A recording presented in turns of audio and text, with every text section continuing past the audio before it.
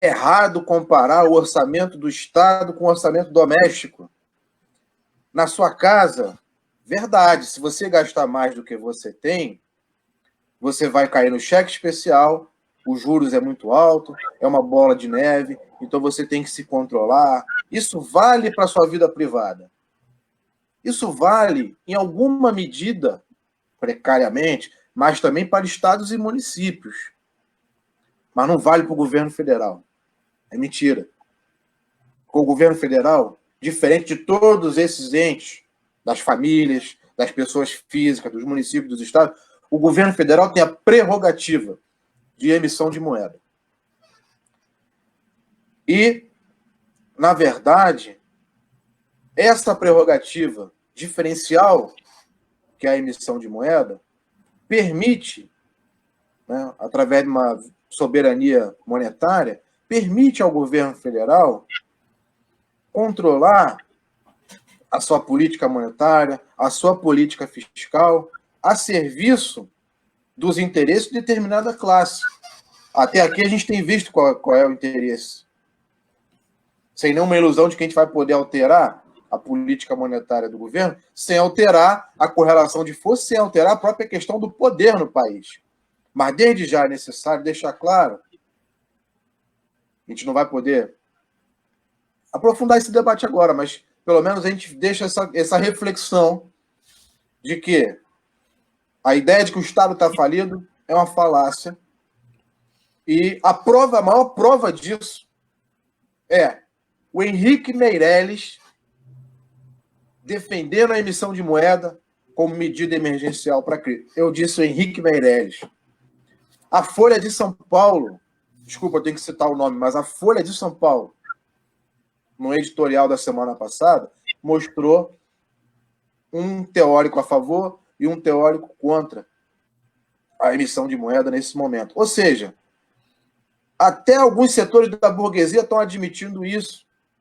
E a maior prova disso, Rômulo, Paulo e Rico, a maior prova disso é o seguinte: como é que um Estado que estava falido até ontem, ele agora consegue pagar R$600, ainda não pagou nem para metade das pessoas que precisam. Mas como é que esse Estado consegue pagar R$600 para 50 milhões de brasileiros, aproximadamente? E o tal do orçamento de guerra?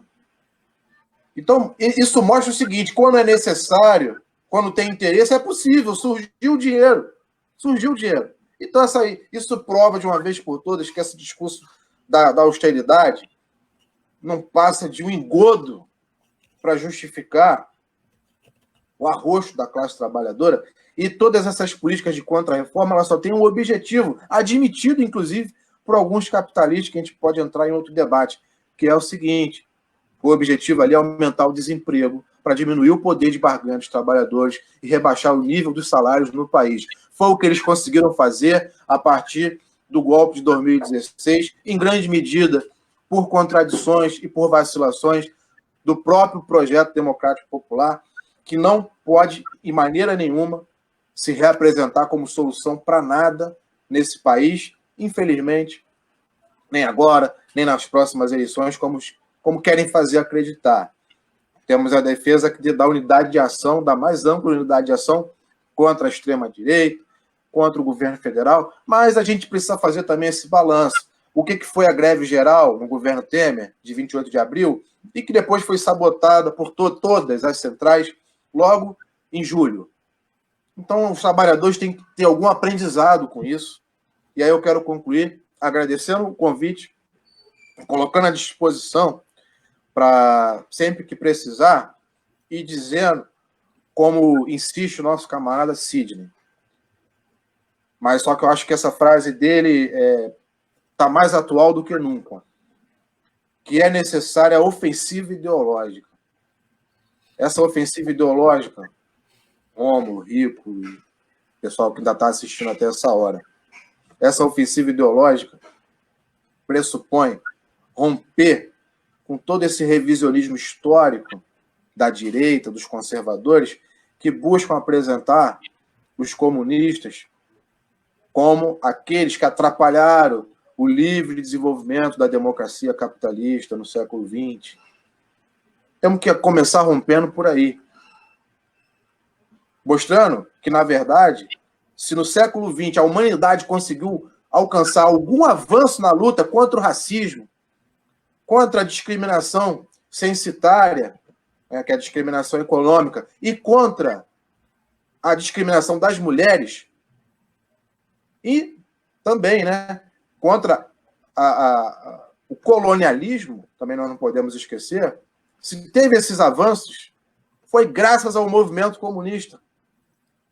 O capitalismo sempre esteve na direção contrária, e hoje ele continua na direção contrária, levando os trabalhadores lá, né, no maior império, no centro do capitalismo, no coração do capitalismo, que são os Estados Unidos da América, mostrando de uma vez por todas o que esse sistema tem a oferecer para a humanidade hoje. É a morte.